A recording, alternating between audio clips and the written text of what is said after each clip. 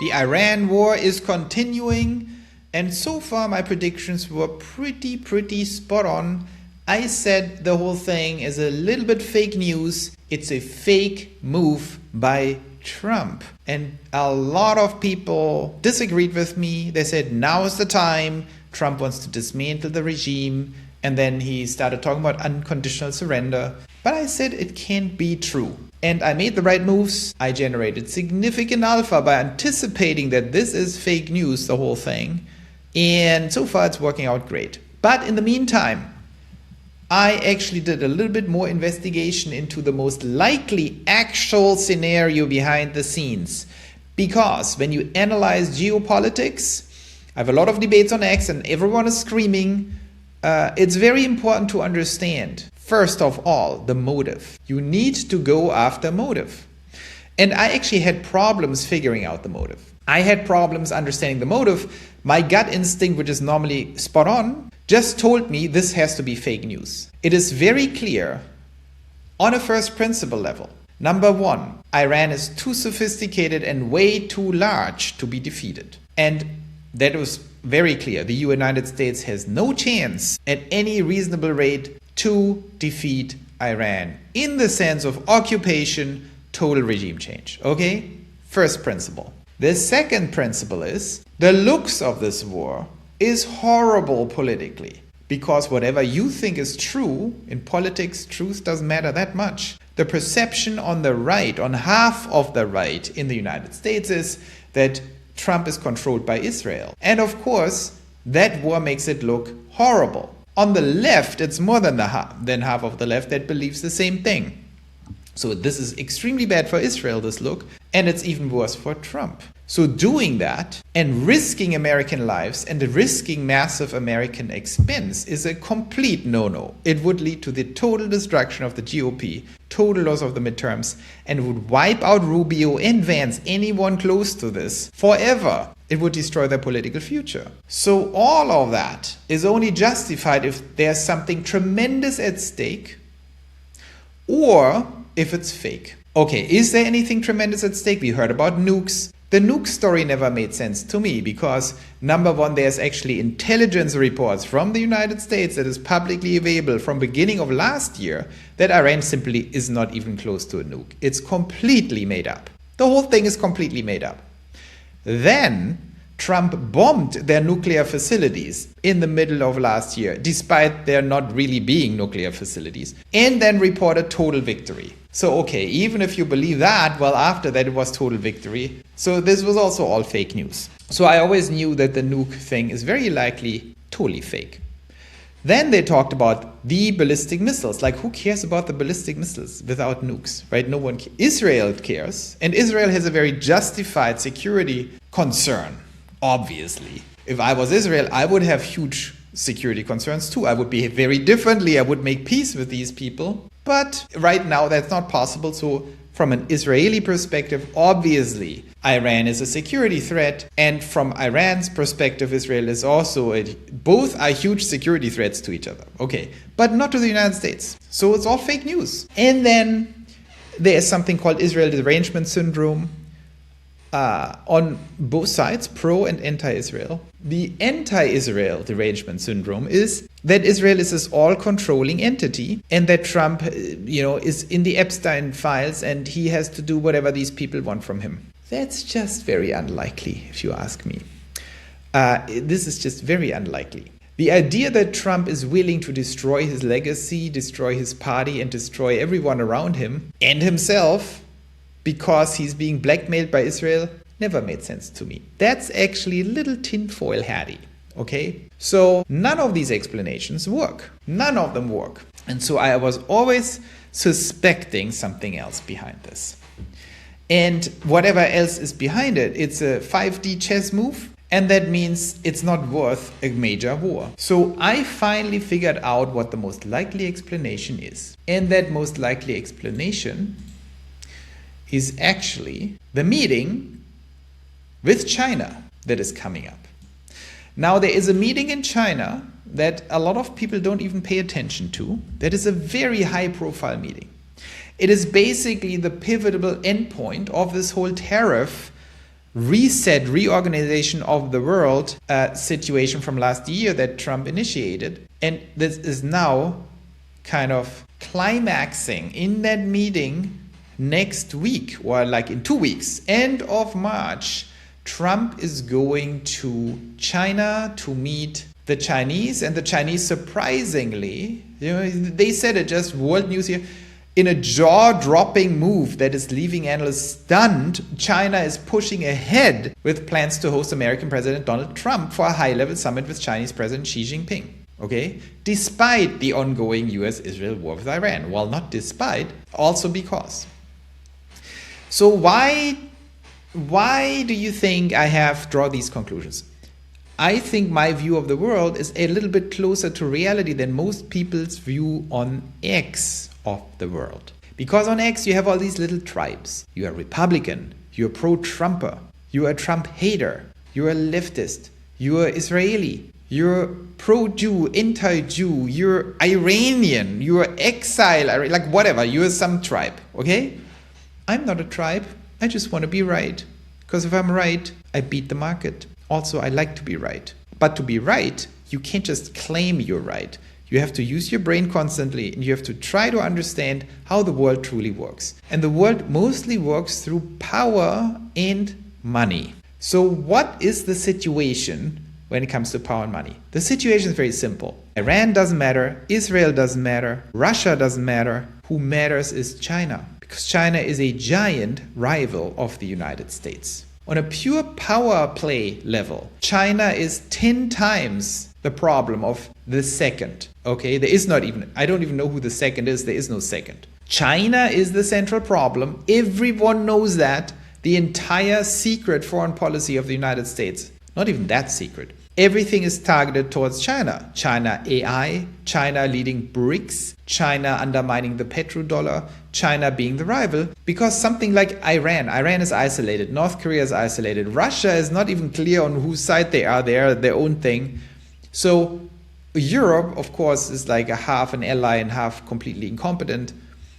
So that's what you're facing. There is only one problem in the world for the United States, and that is China. So whatever you do, if you're smart, if you're first principle driven, if you're power and money driven, all of that applies to President Trump and the people surrounding him. It's about money, it's about power, and they're not dummies, and they're smart, and they're thinking out of the box. You need to do something about China. Now, what did China do? Okay, what did China do? China started to undermine the petrodollar. It's very important for the United States to control the world's currency, the reserve currency, which is the dollar, and oil and other trade has to be settled in dollars. But China started to undermine that with Venezuela, for example, and with Iran, for example. Both Venezuela and Iran started settling oil trade with China and other people in yen instead of dollars. And if this spreads, this is a giant problem, a real problem, not a fake, oh, they have nukes problem, but a real problem. For the United States, it cannot be allowed. In addition, when it comes to oil supply to China, by the way, oil is important. Tom Nash had a video, and I was pushing back on Tom Nash because Tom Nash said, oh, when, if the United States controls Venezuela and blocks Iran, China is toast because of energy and oil. And I showed that this is actually not true. Because together they are only 17% of China's external oil supply and 1.7% of China's energy supply. But here's the thing. The Iran war is not just choking off and destroying and punishing Iran for doing UN settlements in oil and did the same with Venezuela. It also seizes control of the Strait of Hormuz. And you know who they control with that too? Saudi Arabia. Who delivers 20% of Chinese oil? Saudi Arabia. So the Strait of Hormuz is a power move by the United States to say there's only one country that controls it, and that's the United States. It puts a stake in the sand and says here, in the sand literally, it's all desert, no one plays around with this stuff. We control this thing. Don't even dream of it. And to finally force China into a very, very difficult situation, you need to, of course, get the major number one domino to fall.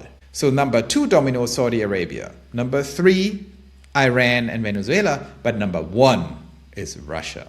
Because if you get Russia to play ball, China is completely screwed. Saudi Arabia is already a US ally. Saudi Arabia might have had stupid ideas about yen settlement and everything because China was putting a lot of pressure on them. And Saudi Arabia didn't do it, but if they see Iran gets away with it, Venezuela gets away with it, if they would start settling even small amounts of oil in yen, they would do it. If there's more Biden rule, Saudi Arabia would have done it because they get bribed. They would get a lot of advantages from China. If the US is weak, Saudi Arabia is the next one doing these things. Now, Russia, of course, they have no problem settling in yen and no one can tell them anything what to do. So Russia cannot be forced in any way, but Russia can be offered a deal. And there is no doubt that you see a deal with Russia evolving.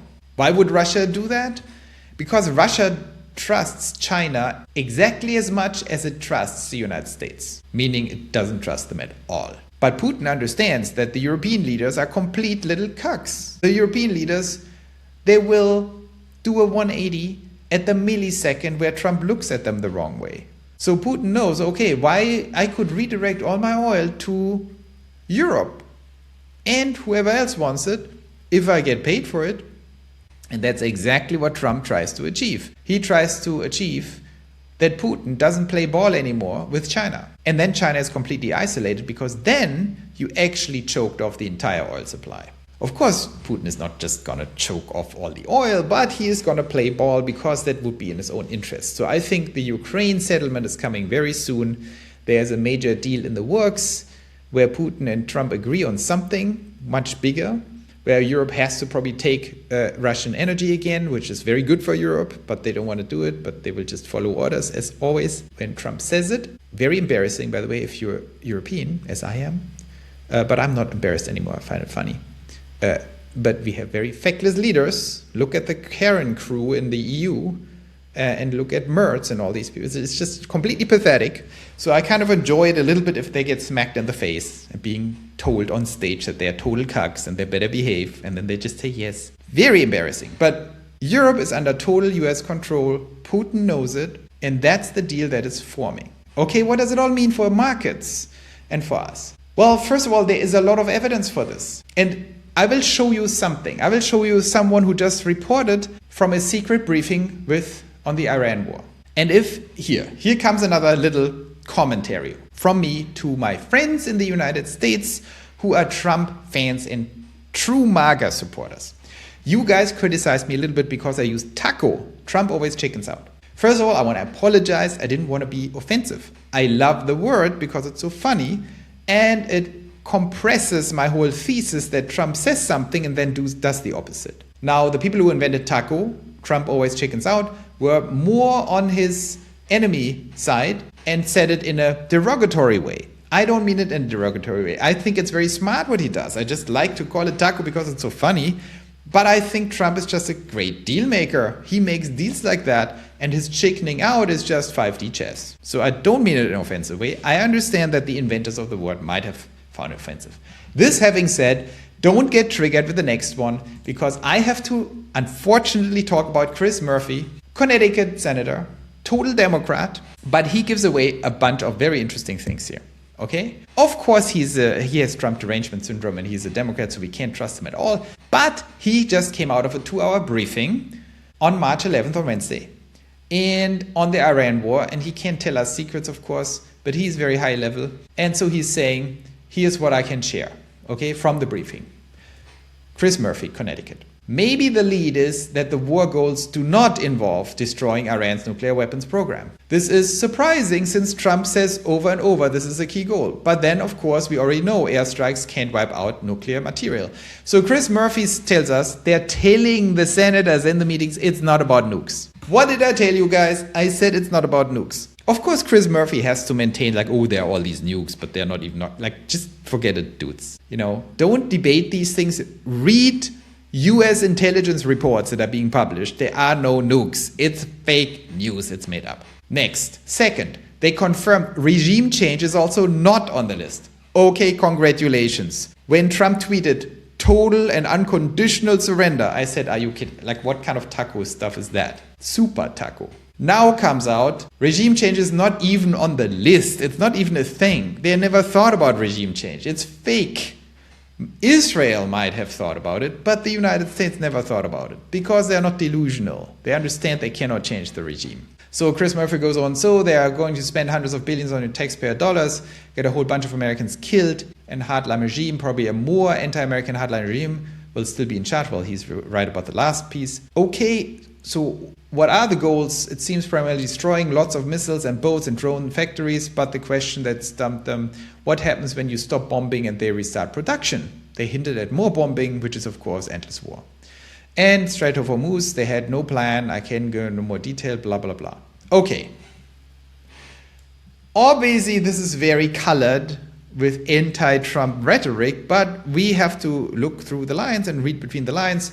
There is no nukes, there is no regime change, it's just not in the cards. Which confirms my theory. It's all a ruse, it's fake news. Okay. What is the real objective is exactly what I elaborated on. The real objective is to show China, don't play with us, we just knocked out all your allies and we control this stuff. Now we can't change the regime, we can't control all the details, but we can definitely destroy your plan by literally bombing it to pieces. We can do that anytime we want and we will do it. That's the message. And the side message is to Saudi Arabia, dudes, don't even think about playing around with us. We are the strong, big Americans and you have to keep doing what we say. And Saudi Arabia reacts to this very well and they're saying, fine, sure, we never even thought about it.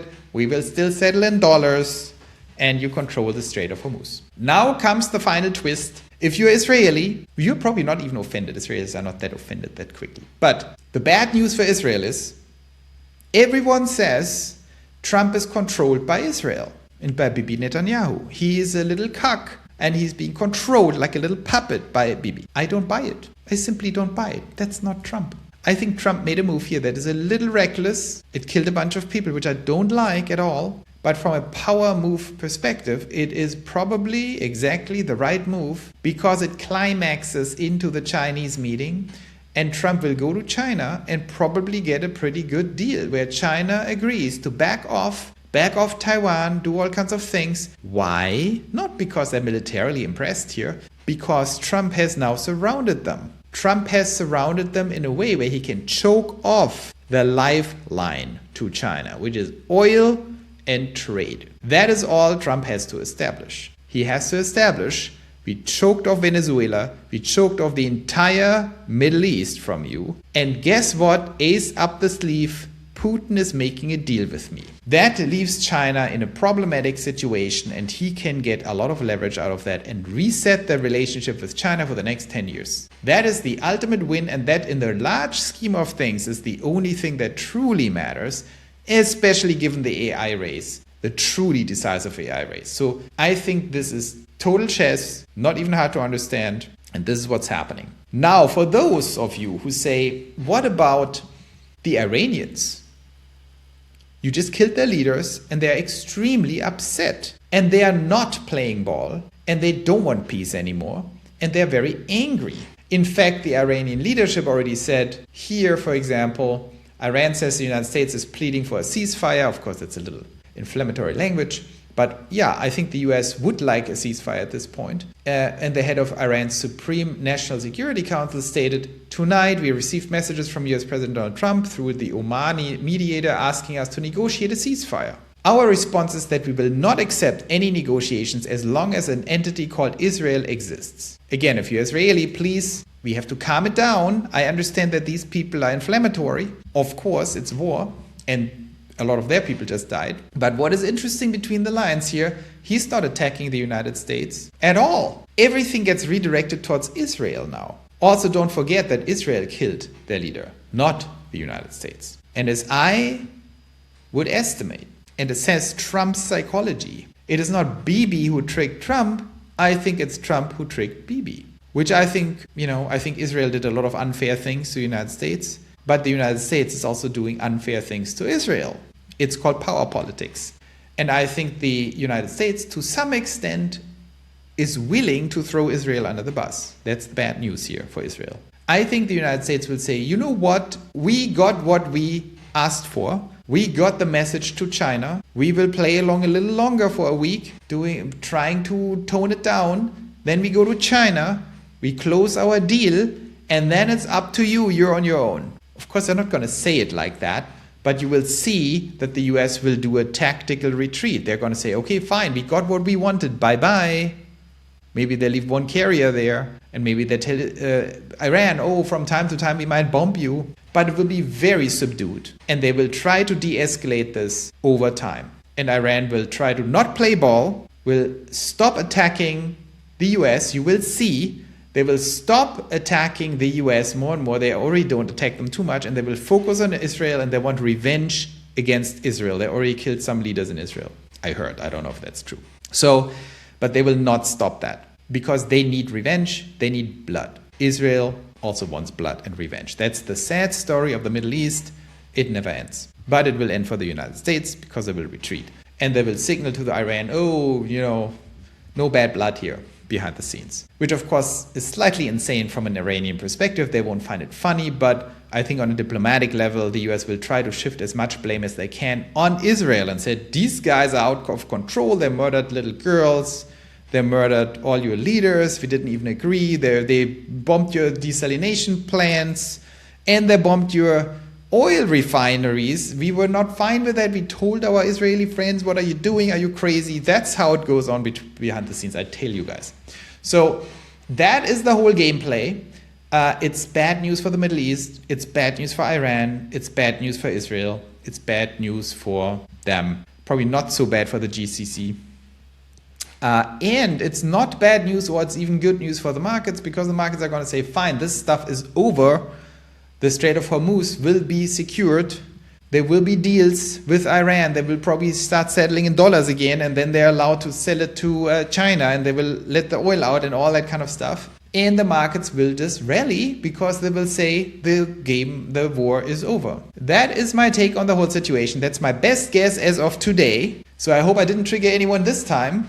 It's very difficult not to trigger people when you talk about the Middle East. If you're MAGA, don't be mad at me if I said anything that offends you or the president. I think Trump is a smart chess player. I was a little concerned when that war broke out. I didn't fully understand the game. I have now a better understanding of the game. I think it actually makes sense.